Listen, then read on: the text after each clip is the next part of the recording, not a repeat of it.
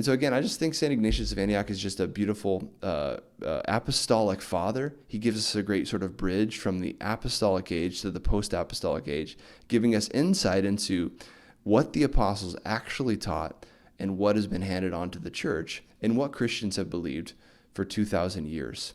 That we continue to be devoted to the teachings of the apostles as they've been handed on through the succession of bishops who are direct successors to the apostles, and that being united to the bishops, especially the Bishop of Rome, is the source of our unity, is the source of our community, our communal life.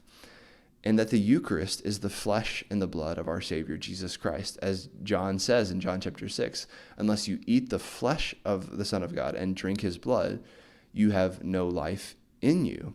My flesh is true food, my blood is true drink.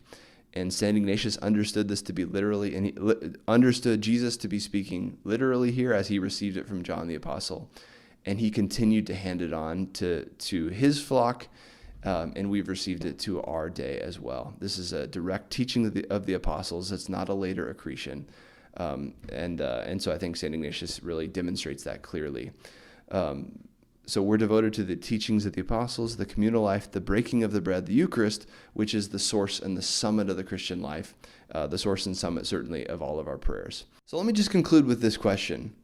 Should we trust our own interpretation when we read the scriptures over and against someone like St. Ignatius of Antioch, who actually knew the Apostle John personally, and other apostolic fathers who knew the apostles personally? Should we trust their witness and their interpretation of the apostolic faith over our own?